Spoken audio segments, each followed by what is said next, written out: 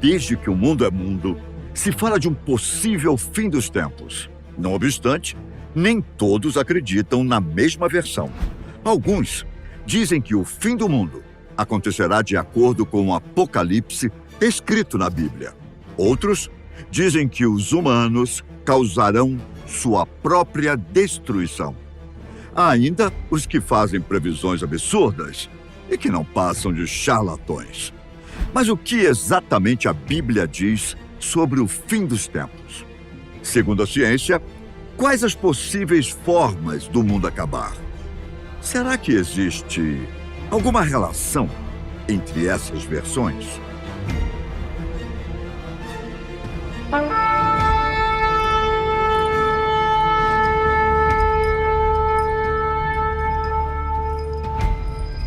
Vejam, o dia do Senhor está perto. Dia cruel, de ira e grande furor, para devastar a terra e destruir os seus pecadores. Pela mesma palavra, os céus e a terra que agora existem estão reservados para o fogo, guardados para o dia do juízo e para a destruição dos ímpios.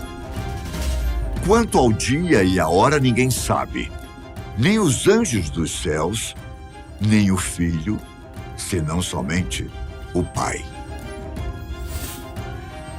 Esses são alguns versos da Bíblia que fazem referência ao fim dos tempos. Além desses autores, existe um que descreveu exatamente como o mundo acabaria. Quando João de Pátmos se isolou em uma caverna da Grécia por cerca de 2 anos, ele teve algumas visões estranhas. Depois de reunir cada uma delas, ele escreveu um livro que hoje conhecemos como Apocalipse. O livro de Apocalipse, também conhecido como Apocalipse de João, é o último da seleção do cânone bíblico. A obra de João, que segundo ele foi ditada por Jesus e por anjos, conta a história da batalha final. O Apocalipse é um livro escrito pelo vidente chamado João, que, segundo ele mesmo diz, é arrebatado no dia do Senhor, possivelmente na liturgia de um domingo, e é arrebatado nas alturas para ver o que vai acontecer. É um adiantamento, digamos assim, daquilo que vai acontecer no futuro, para que ele escreva, para que ele transmita esta mensagem às suas igrejas, historicamente as igrejas joaninas na Ásia Menor, em situação de conflito e de perseguição. Ele então escreve tudo isso para que estas igrejas se vejam dentro desses grupos perseguidos por essas diversas agruras, mas com a certeza de que Deus dará a vitória aos seus perseguidos no final do tempo. Ao contrário do que muitos pensam, o Apocalipse não é um livro cheio de mistérios e coisas ocultas para as pessoas ficarem imaginando coisas. Na verdade, o nome Apocalipse quer dizer revelação, desocultamento. Algo que está oculto e vai ser revelado. E o que ele quer revelar é a pessoa de Jesus Cristo, Filho de Deus. Deus criou o mundo e esse Deus amoroso colocou o homem lá. Mas o homem peca e se afasta dele. Depois de muitos anos, ele envia Jesus, seu filho, para então resgatar o homem. Ele morre, ressurge e ele promete voltar. O livro de Apocalipse revela isso.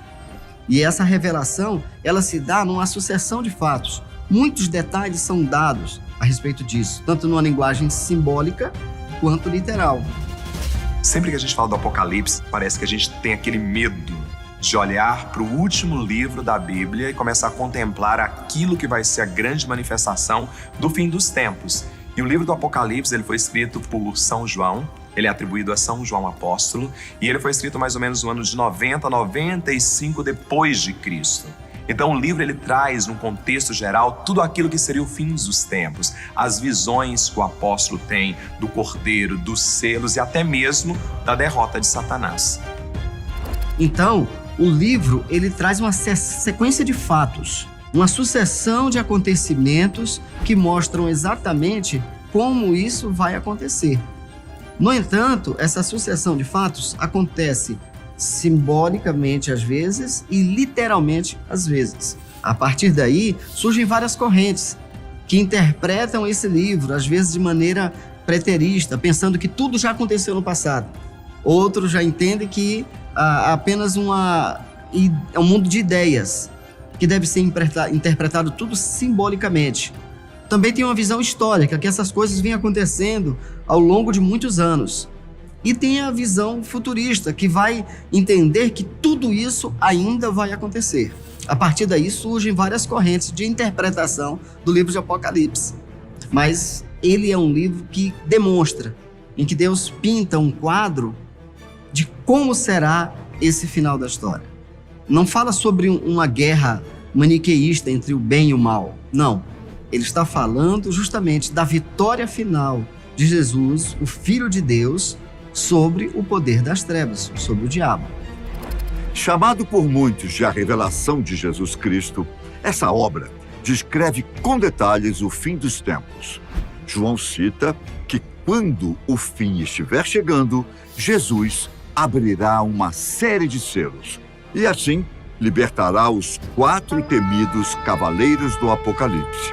Os cavaleiros cavalgam em animais de cores diferentes, sendo um cavalo preto, um branco, um vermelho e um amarelo. Tudo começa com a chegada do cavaleiro do cavalo branco, que carrega um arco, arma muito temida pelos romanos no século I.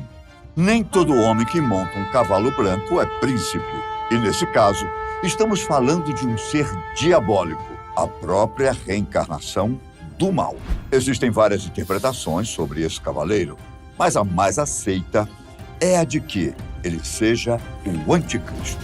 O mais importante de perceber que o livro do Apocalipse ele vai trabalhar com alusões, né, com visões e com manifestações. Quando a gente olha, por exemplo, o cavalo branco que aparece ali no livro do Apocalipse e ele vem todo majestuoso e o cavaleiro que vem sobre ele traz um arco e ele traz também uma coroa. Esse cavalo, ele simboliza o anticristo. O que é o anticristo? É aquele que vem fazer oposição ao Cristo.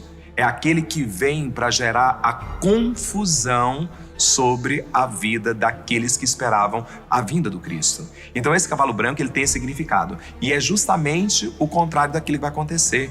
Para nós, quando Cristo vier, vai vir num cavalo branco. Por isso que o cavalo branco é o anticristo. O cavalo branco, ele representa uma paz que nunca houve no mundo. Ele chega de maneira vencedora.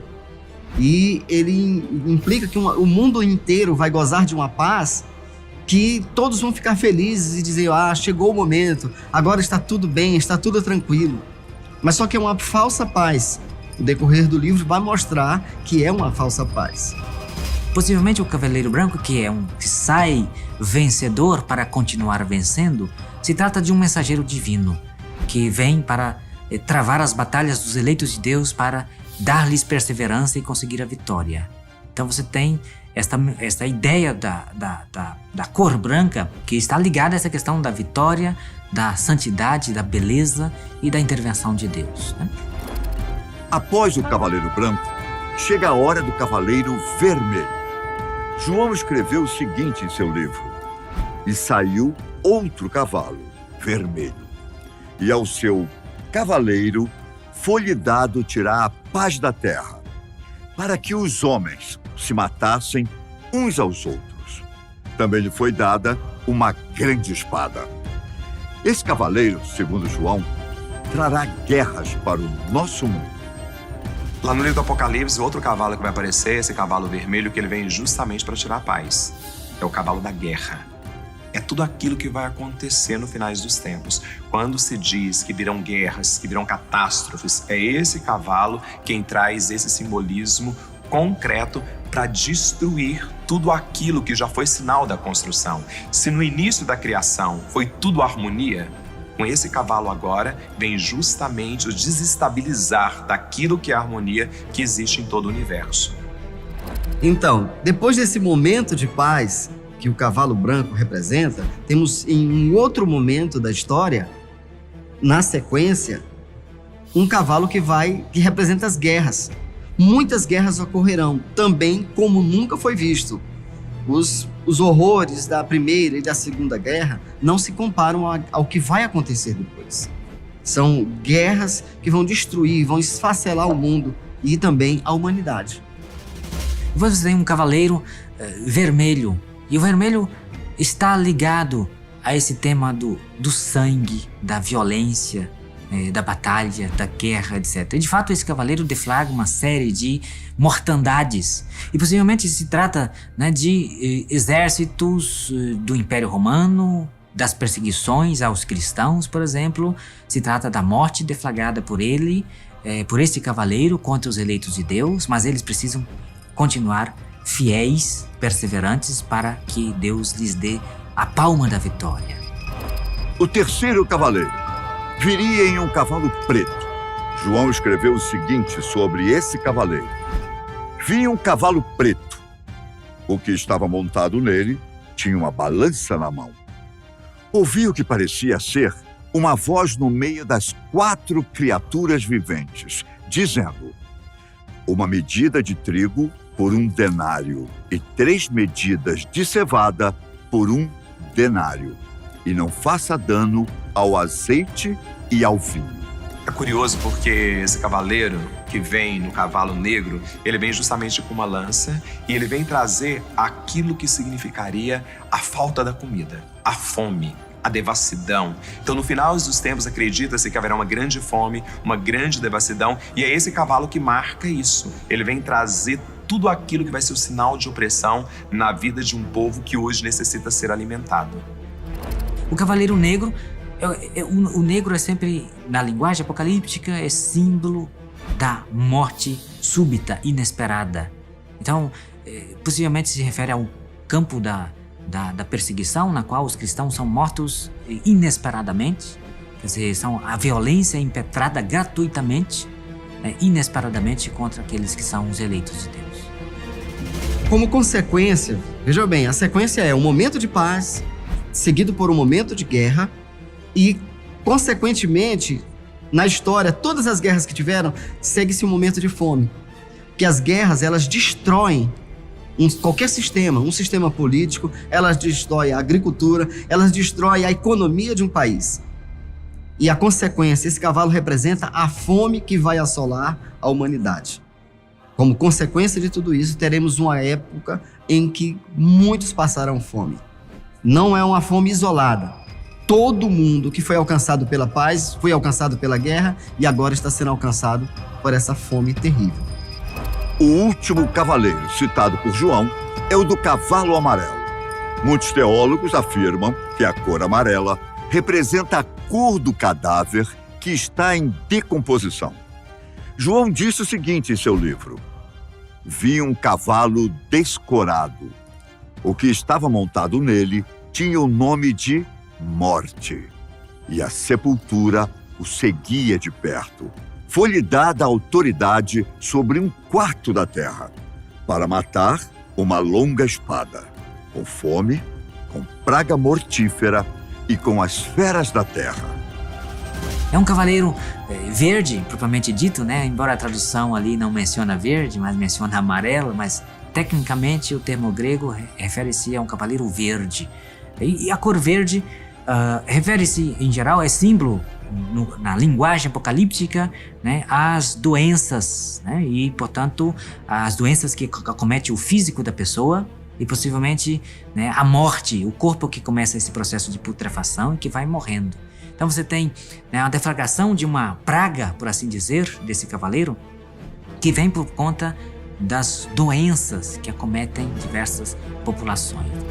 O cavalo amarelo é a morte, é a devassidão, é a dor mais suprema, é aquilo que vai trazer a destruição total, segundo o livro. Nesse simbolismo forte, depois de passar por todas as experiências de guerra, de fome, de falta de paz, vem a morte. Aquilo que vai roubar do ser humano o essencial, que é a própria vida.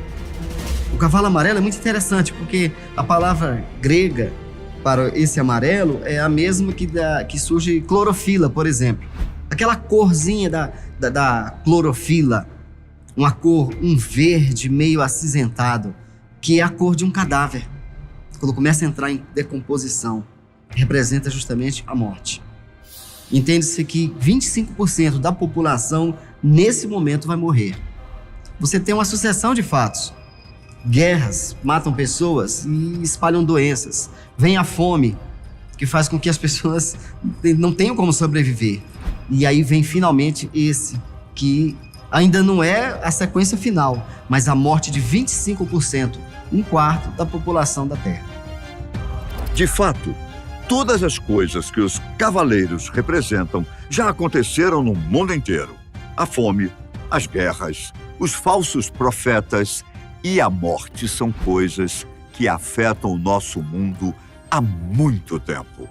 Então, será possível que o Apocalipse já tenha começado e nós ainda não percebemos? Aí nós temos várias linhas que entendem, como eu falei em outro momento. Existem linhas que entendem que vem acontecendo historicamente vários fatos e você tem um grande número de cristãos que aderem a essa linha, por analisar justamente os horrores que nós já vimos que a história registra. Temos uma linha que diz que isso não é nada perto do que vai realmente acontecer. E eu, pessoalmente, eu entendo que muita coisa tem acontecido, que pode apontar para que essa revelação possa já estar acontecendo. Na verdade, se a revelação é de Jesus Cristo, ela já vem acontecendo há muito tempo. Eu acho que nós vivemos todos os dias um apocalipse. Quando a gente olha para toda a situação que a gente vive, para todas as catástrofes naturais, para tudo aquilo que vai se vivenciando no dia a dia, a gente vai percebendo que o próprio cavaleiro somos nós. Nós estamos destruindo com tudo, nós estamos acabando com a vida, nós estamos gerando tantos sinais de fome, com desperdícios daquilo que a gente vai vivendo. Então os sinais são claros hoje. As pessoas às vezes falam assim, quer dizer que o final do mundo, o final dos tempos já está chegando? O mundo acaba todos os dias. Ele acaba em cada momento em que nós não cuidamos do outro e nem cuidamos da vida. Então são sinais concretos daquilo que está acontecendo. Quando eu me abro para uma perspectiva nova daquilo que pode ser um propósito de vida, eu descubro o sentido da vida. Mas quando eu arranco do outro a possibilidade dele redescobrir a sua força, é Apocalipse. O livro de Apocalipse, é muito bom frisar isso, ele não é o único livro da Bíblia que faz essas revelações. Tem também lá no Antigo Testamento, cerca de 700 anos antes de Cristo, o livro de Daniel, que também já fala desse fim dos tempos, de coisas que aconteceriam. Não com tantos detalhes como acontece no livro que foi escrito por João. Então, pode ser que as coisas estão acontecendo sim, mas não representa, na minha opinião pessoal, nem 10% do que está para acontecer. Sim, a Sagrada Escritura, quando trata dos textos apocalípticos ou a mensagem profética que depois ganhará aspectos dentro da apocalíptica, tem sempre uma dimensão de passado, de presente e de futuro. A palavra de Deus tem esta possibilidade, né, de abarcar o tempo do passado, do presente e do futuro. Então, quando você lê um texto do Apocalipse, você pode dizer, isso aqui já aconteceu, isso aqui está acontecendo, isso aqui acontecerá. É preciso, na linguagem apocalíptica, é preciso estar atento para ler a história, porque o livro do Apocalipse é a revelação do julgamento de Deus sobre a história da humanidade.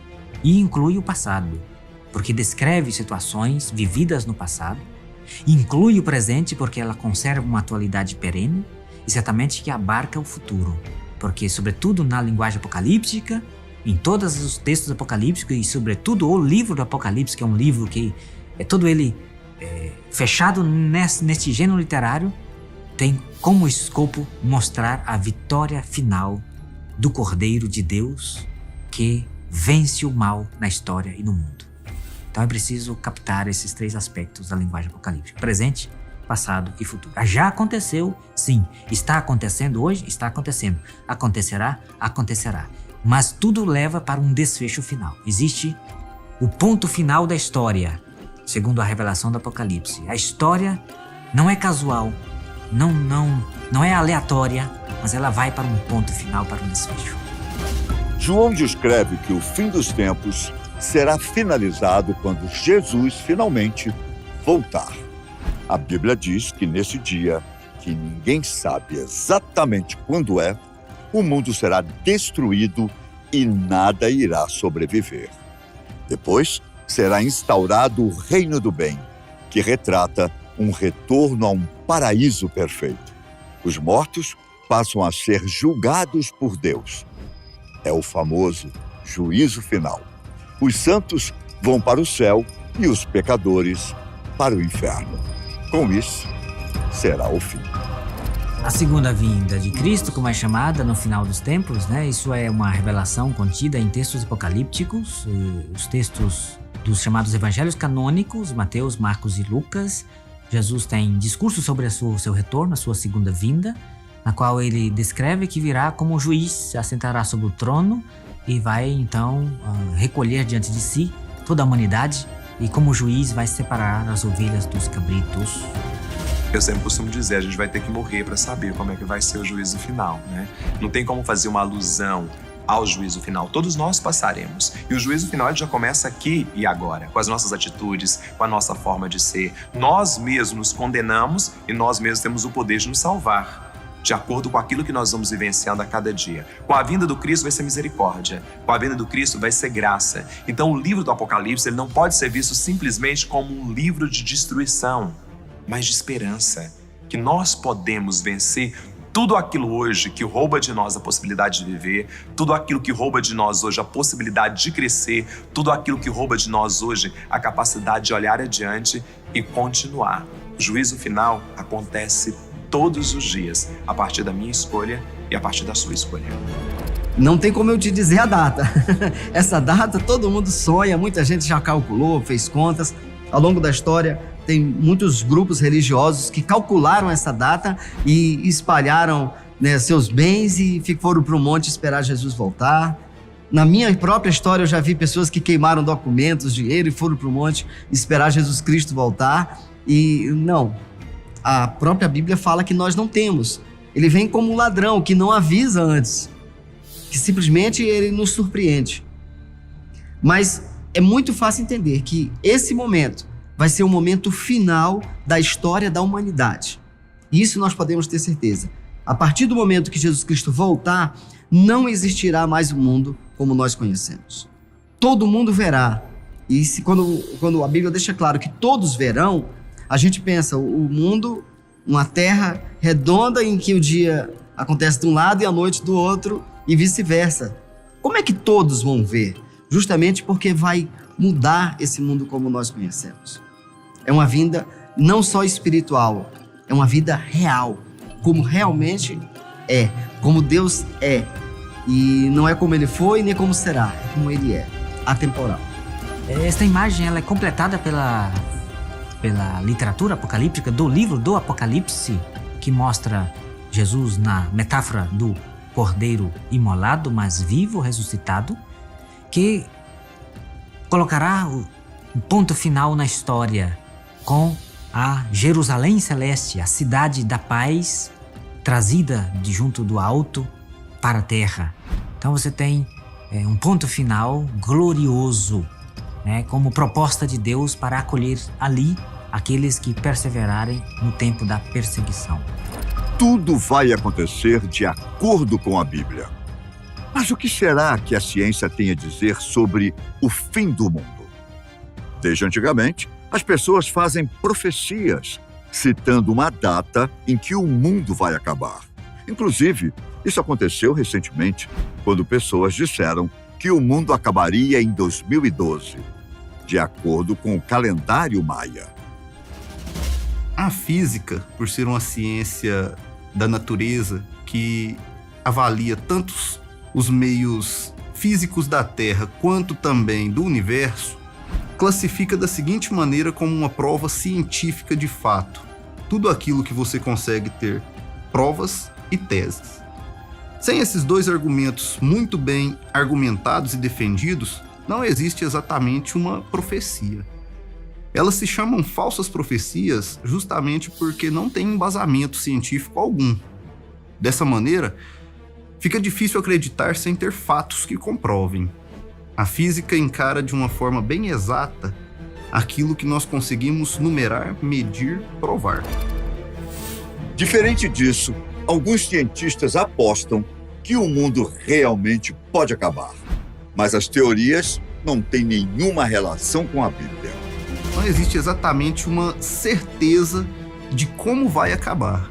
Nós temos várias teses defendidas, provadas inclusive, de vários cenários, diversos cenários que realmente são provados onde a Terra realmente acaba. A existência do nosso planeta, da humanidade, encerra-se. Porém, não temos como exatamente definir, será dessa forma, não categoricamente falando, pois é muito relativo. O nosso universo está em constante transformação. A exemplo do que aconteceu há alguns anos atrás, alguns milhares, milhões de anos atrás, quando um asteroide colidiu com a Terra e dizimou toda a população de seres que existiam naquele momento. Pode novamente acontecer, porém dessa vez podem ser desastres um pouco maiores, como por exemplo extinguir o próprio planeta. Uma vez que o nosso sistema é regido por um equilíbrio muito sensível.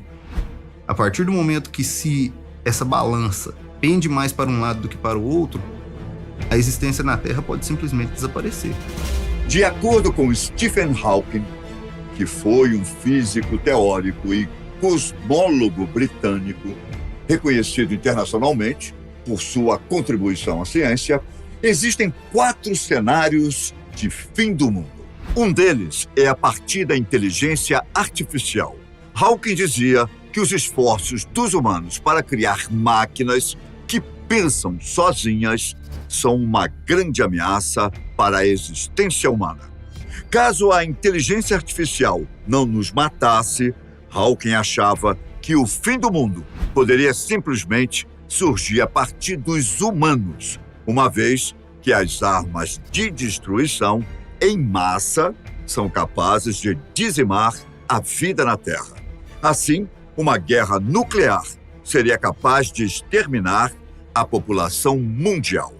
O terceiro cenário imaginado por Hawking é o de que a raça humana pode ter fim com um vírus criado por engenharia genética. Ou seja, a população mundial enfrentaria a chance de ser exterminada por um vírus criado por ela mesma. Por fim, no quarto cenário citado por Hawking, o mundo simplesmente acabaria por causa do aquecimento global. A crescente emissão de gases poluentes pode fazer com que a temperatura do nosso planeta suba bastante, chegando a um ponto do nosso mundo não ter condições para sobreviver. Fica provado pela própria história que o ser humano ele tem uma certa dificuldade em convivência consigo mesmo. Os problemas humanos se resumem em guerras. Como já foi provado em 1945, quando a tecnologia não era tão ampla quanto é hoje, em um conflito armado, as consequências para o nosso planeta e para a humanidade seriam catastróficas. Nós podemos falar sobre isso como a terceira e quarta guerra mundial. Uma aconteceria pela água e, na sequência, os desentendimentos seriam constantes. Hoje, com o advento da bomba H, que é 200 vezes maior que a bomba atômica, a Terra realmente correria sérios riscos caso acontecesse um incidente dessa magnitude. E não apenas isso, não apenas pelo próprio homem, mas também pelo efeito do aquecimento global. A cada dia mais a temperatura tem aumentado no nosso planeta devido ao próprio desuso da humanidade de materiais que poderiam ser recicláveis, porém estão sendo descartados à natureza, desmatamento e toda a destruição que vem sendo causada. Esse talvez seja o primeiro processo, o mais próximo, de encerrar com a vida na Terra. A humanidade, então, corre o risco de ser extinta graças à colonização. Alguns cientistas já fizeram até cálculos para tentar saber quando será o início do fim do mundo. Usando parâmetros ligados à atividade humana, os cientistas concluíram que o fim do mundo provavelmente começará entre 2020 e 2050. Mas será que é possível estipular um tempo de vida útil da Terra? Um tempo exato, um período de tempo exato para o término da humanidade, realmente não existe. Nós temos várias e várias teorias comprovadas. Nós podemos falar que existem várias e várias formas provadas do fim da existência da humanidade e também do nosso planeta. Porém, nós não podemos afirmar e estipular exatamente um tempo de vida. Por exemplo, se a Terra terminasse em um cenário catastrófico de uma bomba atômica, que alteraria sensivelmente o nosso habitat, dessa forma se tornaria improdutiva a vida na Terra. Isso poderia ser daqui a 50 anos. Ou ainda, um asteroide se chocar com a Terra. Não precisa de muito tempo. Poderia acontecer nos próximos 100 anos. O que é provado como garantia que acontecerá realmente seria o aumento da temperatura, como tem acontecido gradativamente, e o fim da Terra da mesma forma. Gradativamente, com aumento de temperatura, derretimento das geleiras, com a evaporação da água dos oceanos e assim o fim da Terra congênito. O que acontece é não colocarmos apenas catástrofes que vêm do espaço, mas também o que nós fazemos aqui. Pode ser que no dia que o mundo acabar, segundo a ciência, talvez nós nem estejamos vivos para presenciar esse acontecimento. Porém, jamais poderemos evitar o dia do juízo final, de acordo com a Bíblia.